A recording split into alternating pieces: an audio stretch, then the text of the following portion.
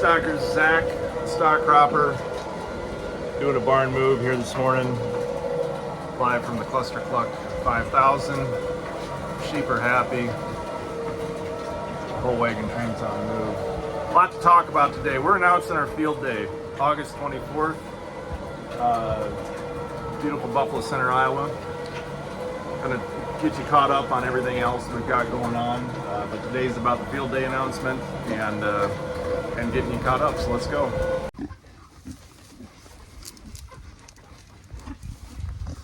So our field day, first and foremost, August 24th. This is our 5th stock cropper field day. It seems hard to imagine that we have been doing this long, but we have, and we're really excited to announce it. I'm really pleased with the cast of characters that we've gotten assembled and agreed to come. We're going to kick off at 2 p.m. this year. The last couple years we've done it at 10 in the morning here on August 24th, but we're going to go to 2 p.m. in the afternoon, switch up, basically to give us more time. It's always felt like it's been a little rushed the last couple years doing it. As far as the program, we'll have a program up in the yard to get started with.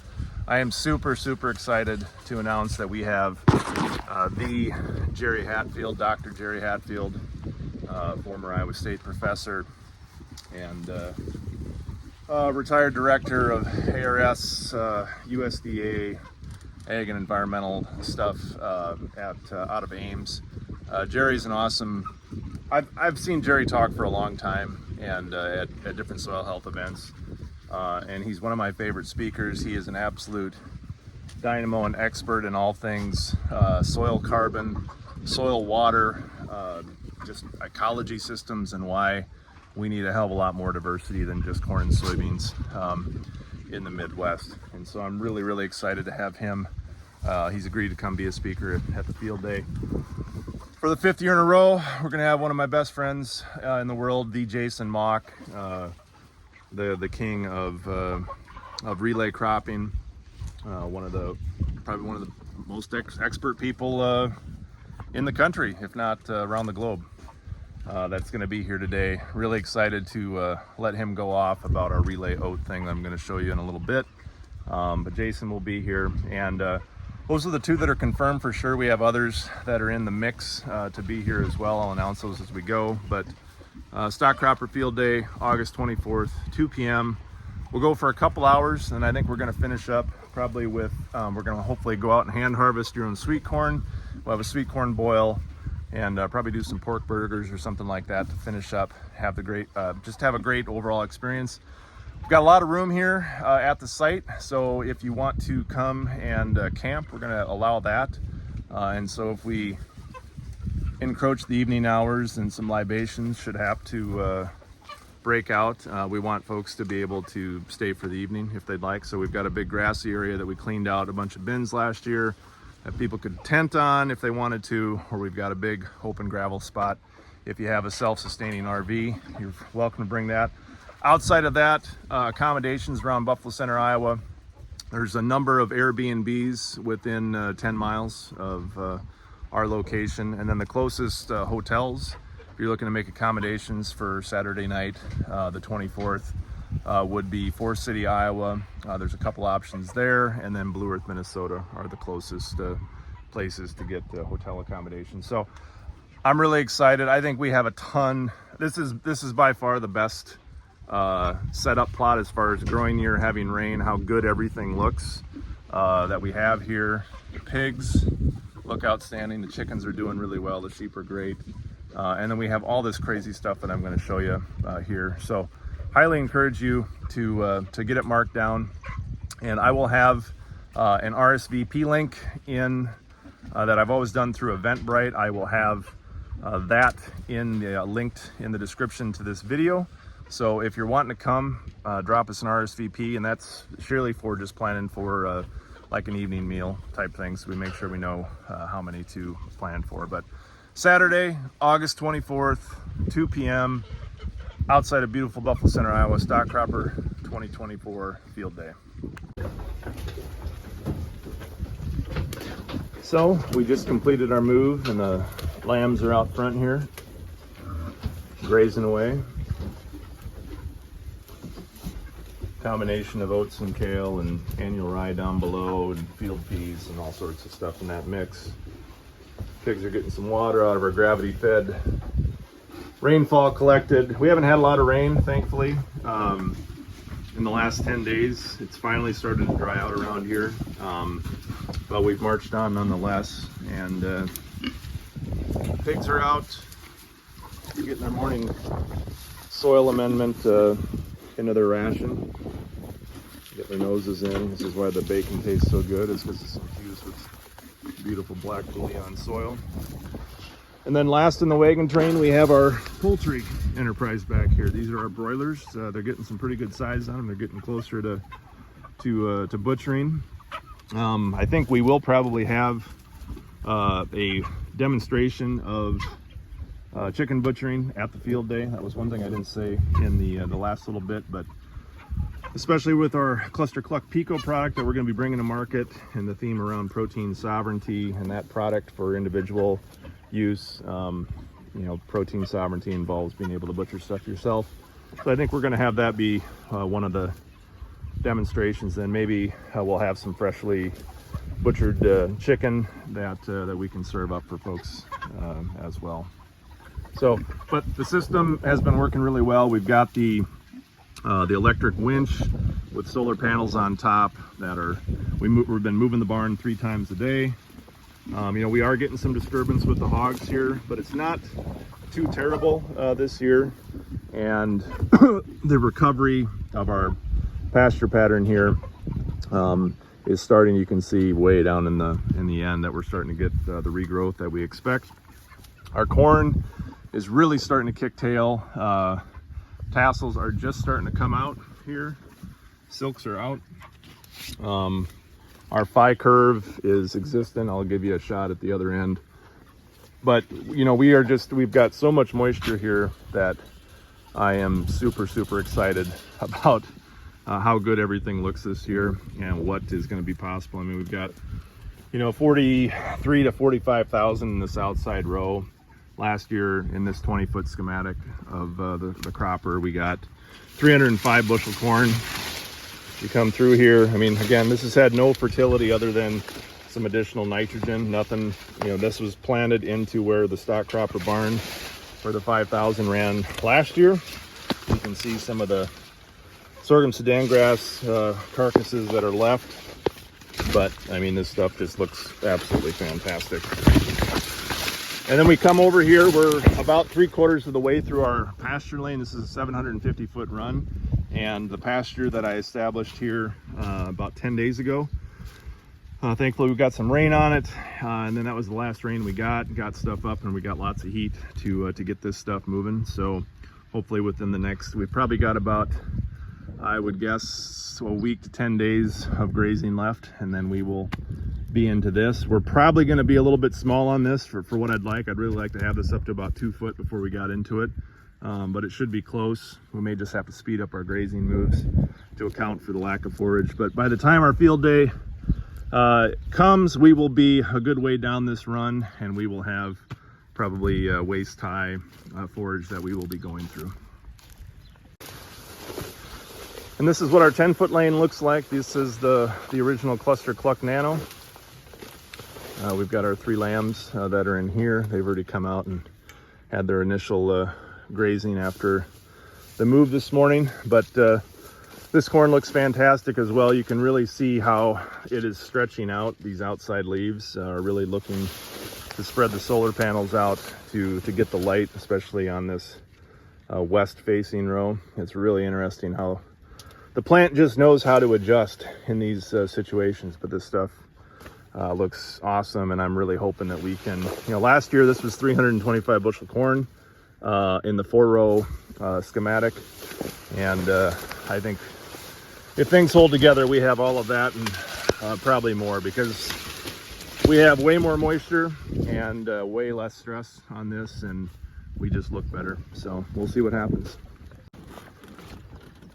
So as I've talked about all year, this is probably the thing I'm most excited about that we've got new this year, is our relay soybeans and oats. So the oats are starting to mature. We've got some green ones yet underneath, but a lot of mature stuff starting to happen on top. And these beans, well, you can see how tall they are. They've really stretched up here. They're about knee high on me right now, and they're filling the gap in here. This was intended to be a 20-inch row gap, probably closer to 24s was what the planter ended up being, when we shifted it over with our auto steer. But I went yesterday to a field day down at Landon Plaguey's by Latimer, Iowa, where Landon's trying to organize an effort to build a new oat mill in Albert Lea, Minnesota, and bring back a viable market for a third crop in the rotation. And when I look at this as the opportunity to relay crop, and looking at the economics of being with his mill, being able to invest and sell $6.50 a bushel oats, and combine that with relaying beans in between, like what Jason MAUCK has been proving out in Indiana for the last, I don't know what it's been, 5 or 6, 8, 9 years, something like that.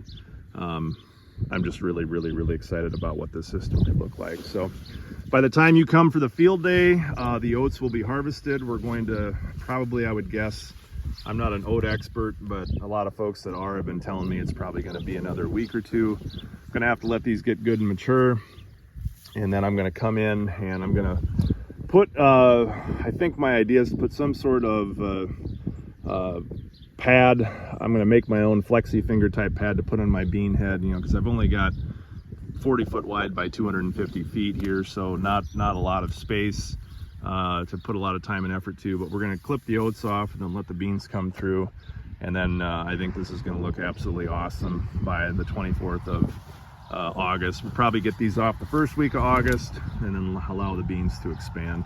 Really excited about this one. And then we had these volunteer sunflowers from last year that sprung up and are kind of our mascot here at the end of the plot. And they are just, I don't know, they're so freaking beautiful. We've got a whole bunch of them here.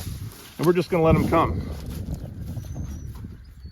Because why can't we have pretty things? So next on the plot tour, we've got our Indian corn over here, our twin row Indian corn, again separated from the popcorn that we have over there. We did that to keep the pollen drift. Our sweet corn is coming and all starting to tassel out now here.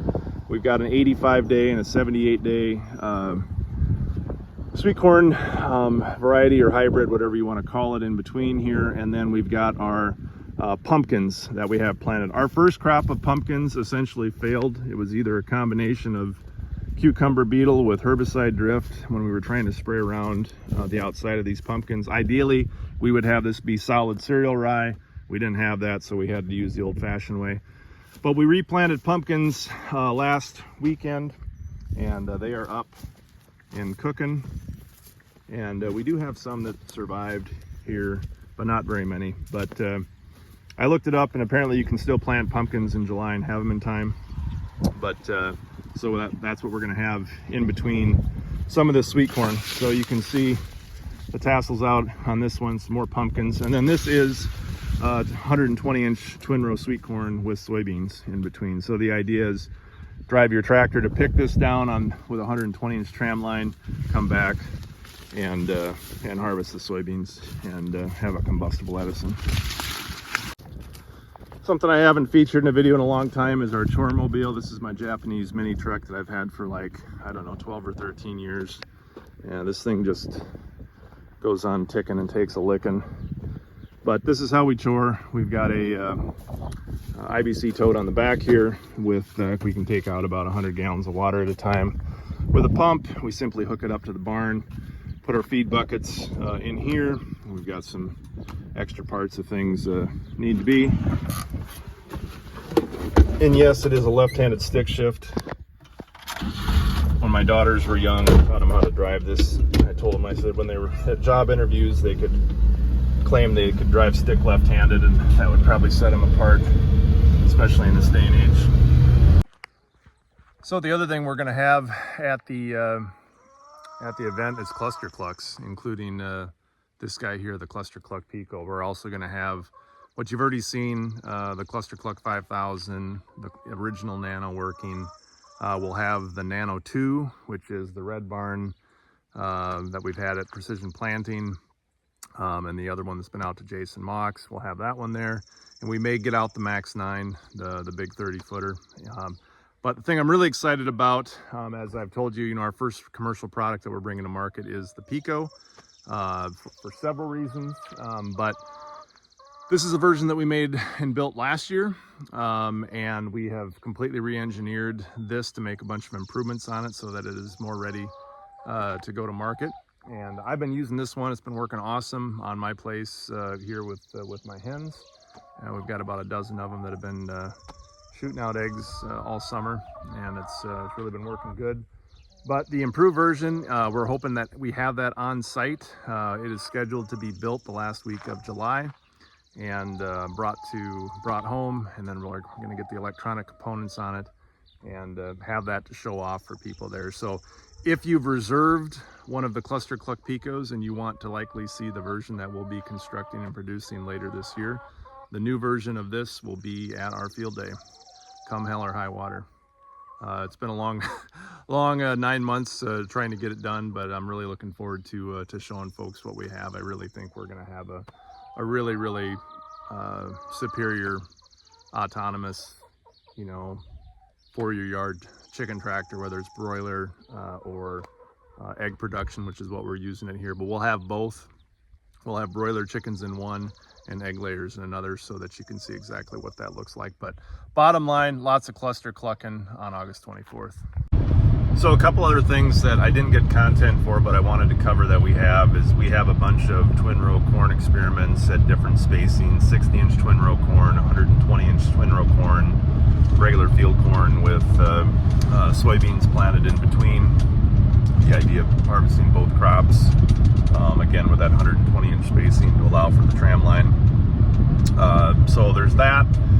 We have an 80-acre field of strip intercropping that is about 3 miles from our main stock cropper site, that if you want to go see what an actual field scale level of 20-foot or 8-row wide intercropping every other pass, that's just down the road a couple miles. And for those that are really interested in looking at hybrid differentiation, I have a demonstration plot about 10 miles away from the stock cropper farm. If folks want to drive over, we're going to have a path cut out to that for you to walk through, where we have 8 different genetic products that are in single row 60s right next to standard 30-inch row plot. We're going to have yield comparisons that we're going to take of them to really see the importance of hybrid selection when it comes to this wide row gap corn concept that we've been really working hard on for the last couple years. And I'm really excited about all of it. It's just our hybrid plot did get a little bit more water damage. We're going to actually be wide dropping some of that today to help perk it up, where some of it looks a little peaked from all the rains that we've gotten here. But wanted to make mention that all of that stuff will be available for viewing. Not all of it will be at the stock cropper site, but it's an easy drive, and we'll have directions to that if you're interested specifically in those things as well. So who should come to this field day, and why should you come? I want to finish with that. We want all walks of life to come. You don't have to be a farmer to come to this. Some of my favorite experiences are having non-farmers come and participate in this field day. So if you're watching this and you just think it's cool, you don't have to be a farmer. We welcome everyone. And we're talking young, old. We had a ton of kids show up last year, especially with the CLUSTERCLUCK Picos. We had kids jumping in with the chickens. As long as you're not going to sue me if your kid gets pecked by a chicken, I'll let you do that all day long. But anyone is welcome to come. I don't care if you're a small farmer, a big farmer, somebody from the city. We welcome everyone out. There's going to be something that everyone is going to be interested in, and I guarantee you the quality of people that we get that come to this event is second to none. The conversations that you will have will be had in very few other field days across the Corn Belt. We have people that drive from as far away as 4 or 5 states to come to Iowa, which still blows my mind that this idea we hatched 5 years ago has turned into that. But the quality of people that show up for this event, and the conversations, the interactions, and the outside of the box thinking that happens here is why I do this. I've still yet to make a penny off of any of this stuff. I do it because I love it, and I think it's important for me moving agriculture forward. You look at the times that we're in right now, it's really similar to the economic times when we started this. It was out of economic necessity that myself and Sheldon and Lance came up with the first idea, because we didn't want to go broke farming. And a lot of people are looking at, $3.70 corn and, $10 beans, with inputs being where they're at, is not very good. And the concepts that we will demonstrate here are the concepts that can show promise to help you get around the hamster wheel of just doing it the normal way. And do we have all the answers here? No. But I think we're onto a lot of things with a lot of these concepts that, if you are open to outside of the box thinking, that could provide a lot of value and potentially keep you in business. I'm not very bullish on the long term right now. We had this nice 24 month cycle with a bunch of we had drought and a war, and we had $60 billion in aid pumped in, and the well is running dry. And I think we're going to settle in for a period of probably what normally happens, 6 to 7 more years of pretty tough. And the fun thing for me is I've learned a lot over the last couple of years, and I'm convinced the concepts we are in or working on can help farmers become more profitable. And so if any of that stuff trips your trigger, come to Buffalo Center, August 24th, 2 p.m. Lots of fun, great speakers. We're going to have a panel at the end for Q&A. That's one thing that's going to be different, where it's going to be like an Ask Me Anything type session, and you're going to be able to ask everyone that is there.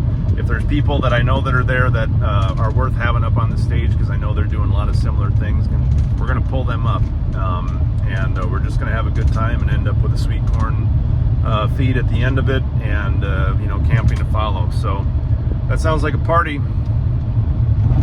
Come on down, we'd love to have you. Thanks for watching.